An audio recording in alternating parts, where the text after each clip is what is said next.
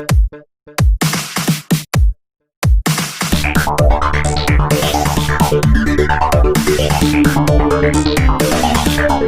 To everyone. आज हम CSIR NET physical science के सीरीज में जो असम मेघालय का जो पेपर हुआ था 27 दिसंबर 2019 को, उस पेपर में से 5 क्वेश्चंस जो हैं आज हम डिस्कस करेंगे यूजिंग सम ट्रिक्स। तो आइए चलिए स्टार्ट करते हैं।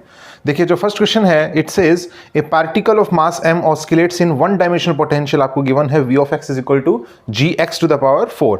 g is a constant. Now if the amplitude of the oscillation is doubled, the ratio of new time period to the old one is. Okay, so potential is given to you. Potential is gx to the power 4. ठीक है।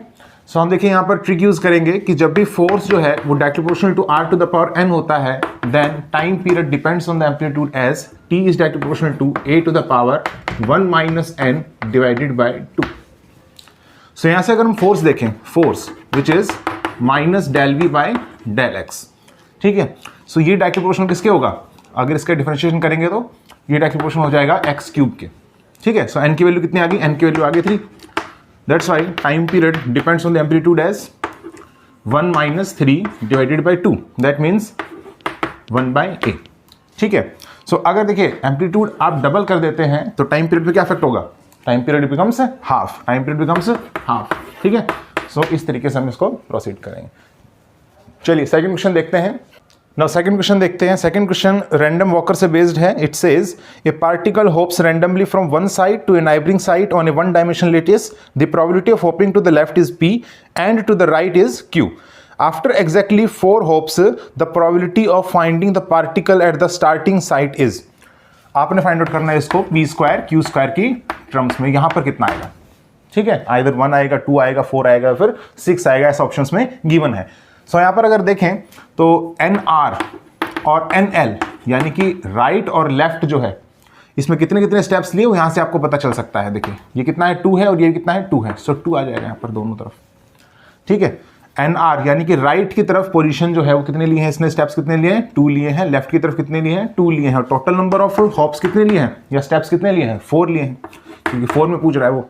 अब formula यहाँ पर क्या होता है? Formula यहाँ पर होता है, देखिए completely n factorial divided by nr factorial nl factorial p to the power nr और q to the power nl, इस तरीके से लिखा जाता है। अब यहाँ पर अगर हम देखें तो लेफ्ट की तरफ कितना है?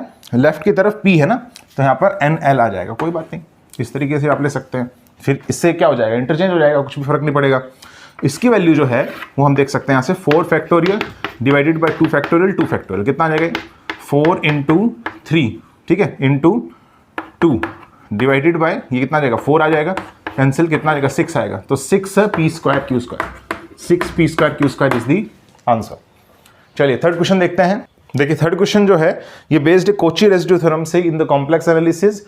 इंटरेस्टिंग क्वेश्चन है पर बहुत से लोग इसमें गलती करेंगे।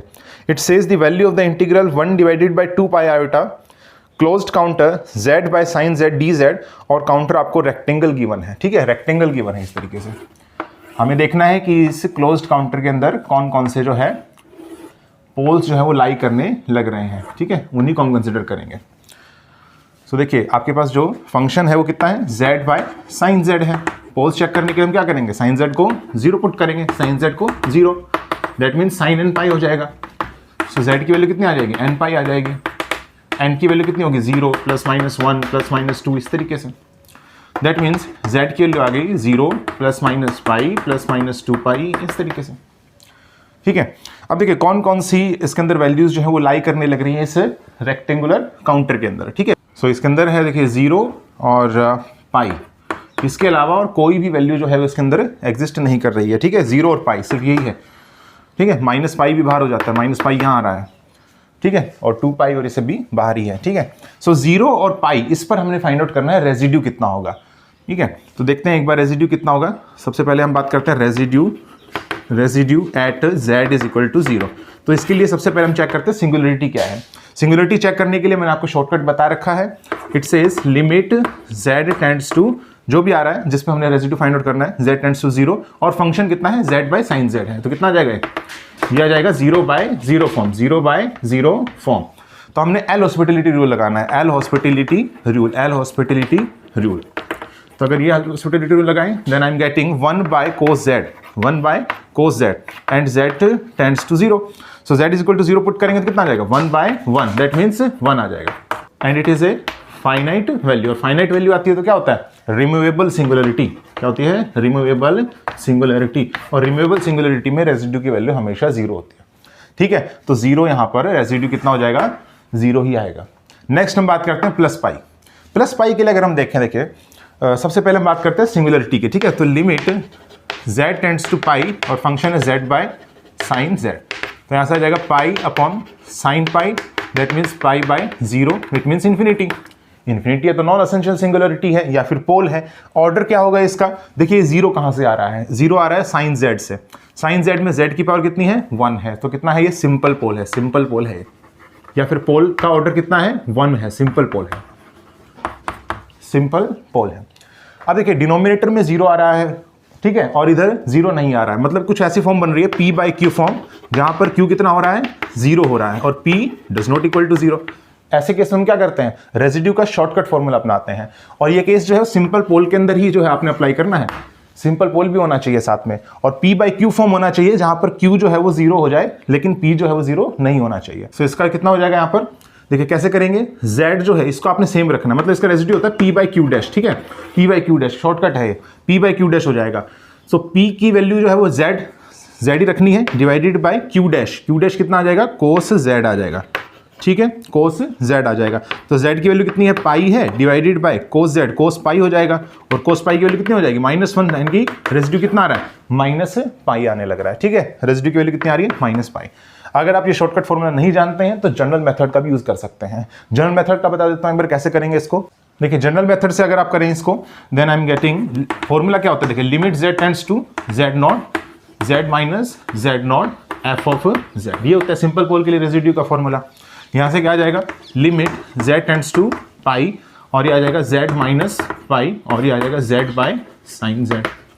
अगर आप पाई रखेंगे तो पाई माइनस पाई 0 और साइन पाई भी 0, तो 0 बाय 0 फॉर्म बनेगी। इसका मतलब फिर दोबारा से एक बार एल हॉस्पिटलिटी रूल यहाँ पर लगाएंगे, जैसे हमने रेजिड्यू जब z इज इक्वल टू 0 के लिए कैलकुलेट कर रहे थे उस टाइम पर।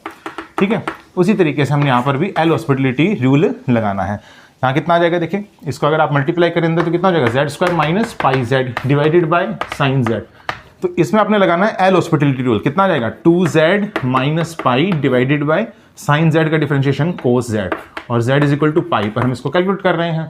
ठीक है, तो z is equal to pi अगर हम यहाँ रखें then I am getting 2 pi minus pi, so pi divided by cos pi, कितना आ गया माइनस पाई आ गया, माइनस पाई, ये भी माइनस पाई। ठीक है, इधर आप शॉर्टकट यहाँ पर जो है अपना सकते हैं, जिसका फॉर्मूला कितना होता है p by Q dash. Q dash 0 नहीं होना चाहिए, देखिए ठीक है, जैसे यहाँ पर 0 नहीं हो रहा है, कोस पाई की वैल्यू कितनी है -1 है। सो आप ये चीज़ अपना सकते हैं, सिंपल पोल के लिए ट्रिक काम करती है। और या फिर आप स्टैंडर्ड मेथड यूज करें तो फिर ये मेथड अपना सकते हैं।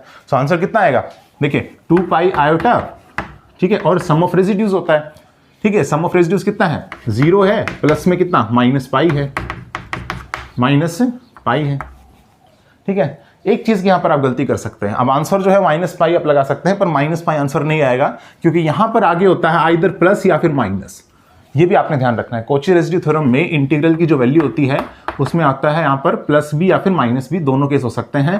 प्लस तब आता है जब आपका जो काउंटर है क्लोज्ड काउंटर वो कैसा हो, एंटी क्लॉकवाइज हो। ठीक है, और माइनस कब आएगा, जब क्लॉकवाइज हो। तो क्वेश्चन में आपको क्लॉकवाइज गिवन है। ठीक है, क्वेश्चन में आपको क्लॉकवाइज गिवन है, तो जब क्लॉकवाइज गिवन है तो हम माइनस लेंगे, ये माइनस और ये माइनस कितना हो जाएगा प्लस। ठीक है, तो 1/2 पाई आयोटा इनटू में ये जो वैल्यू आएगी कितनी आएगी, माइनस माइनस प्लस 2 पाई आयोटा और मल्टीप्लाई विद द पाई। ठीक है, ये कैंसिल हो जाएगा, आंसर कितना आ जाएगा प्लस पाई। ठीक है, सो ऑप्शन नंबर 1 जो है वो करेक्ट हो जाएगा।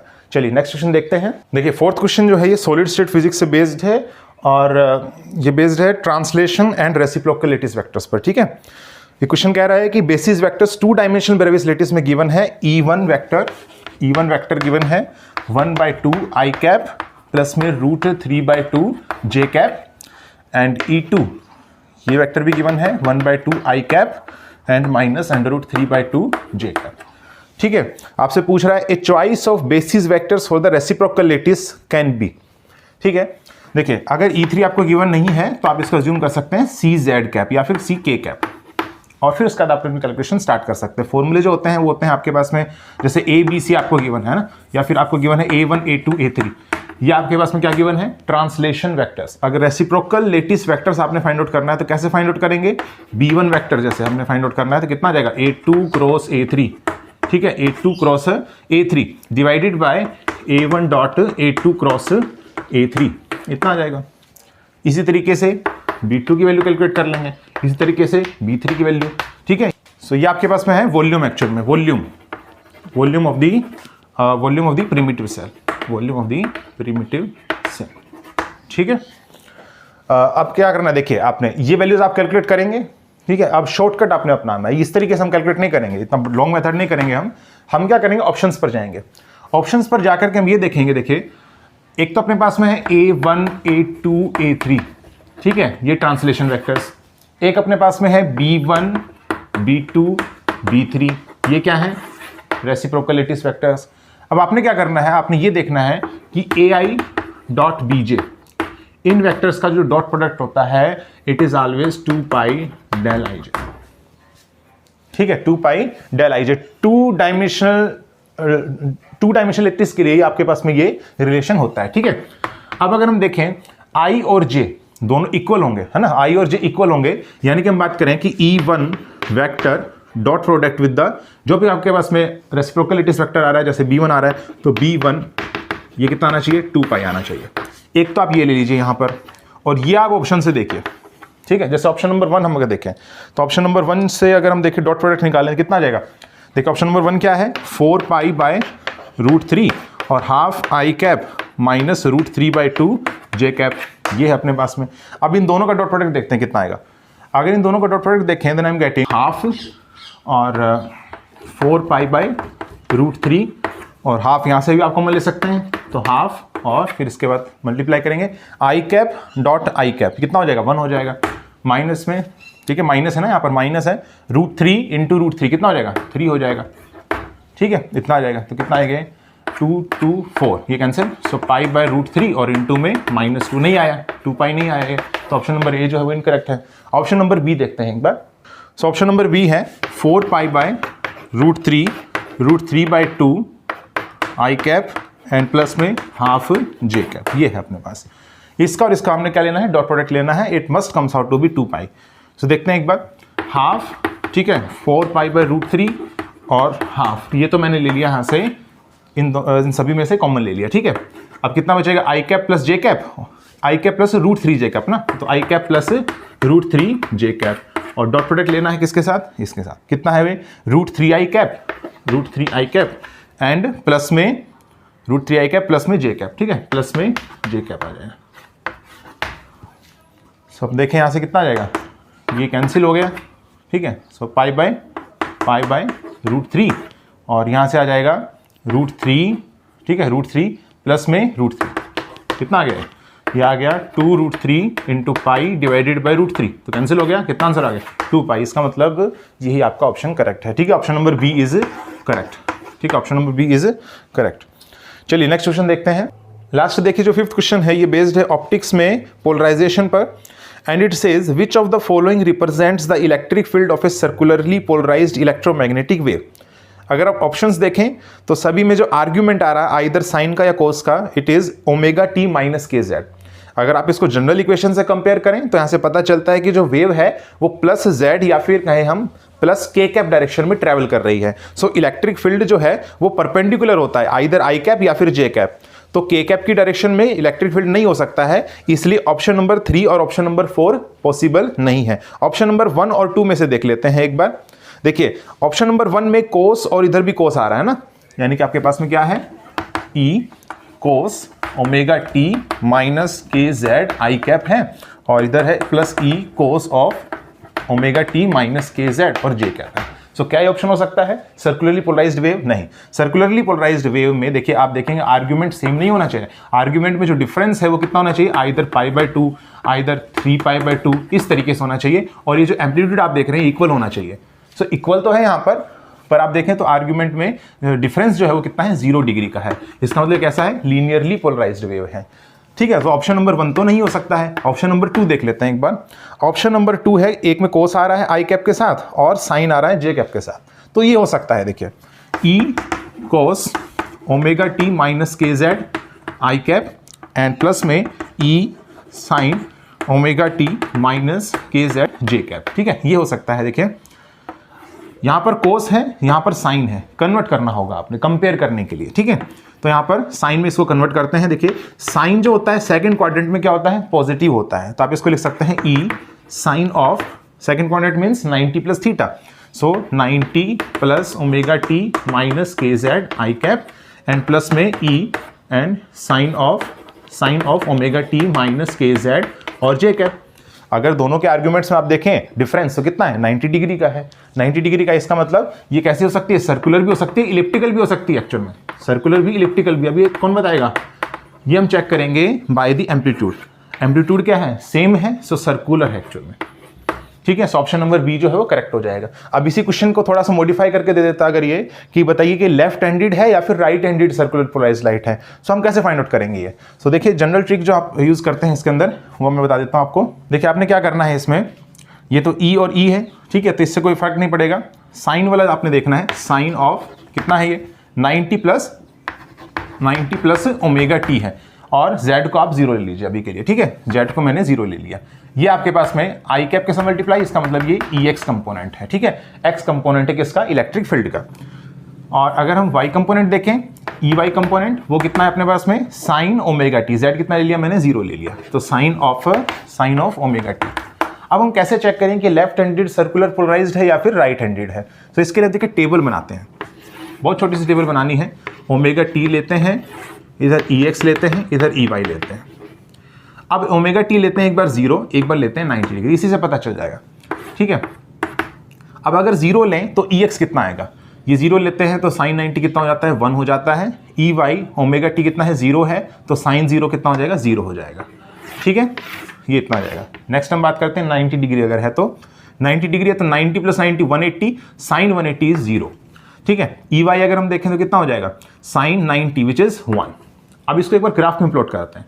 ग्राफ में अगर हम प्लॉट करें तो देखिए इधर ई एक्स है और इधर ई वाई है।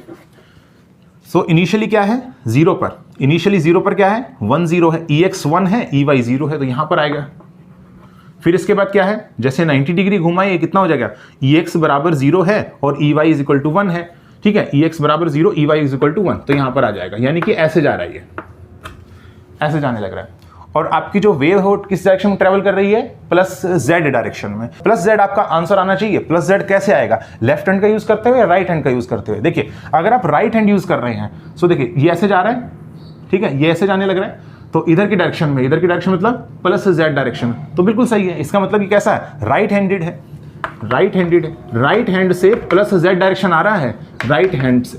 सो right handed circular polarised light है आपके पास में, इस ऑप्शन गिवन था। तो इस तरीके से मॉडिफाई करके आपसे पूछ भी सकता है।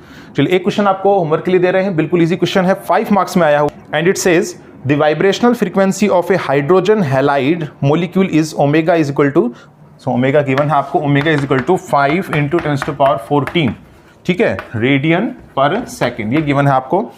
Assuming the halogen atom to be heavy compare to the hydrogen atom, ठीक है, हैलोजन जो है, हैलोजन इसका जो मास है it is much greater than mass of the hydrogen atom. और mass of the hydrogen atom भी गिवन है। Mass of the hydrogen atom कितना है, 1.6 × 10⁻−27 किलोग्राम है।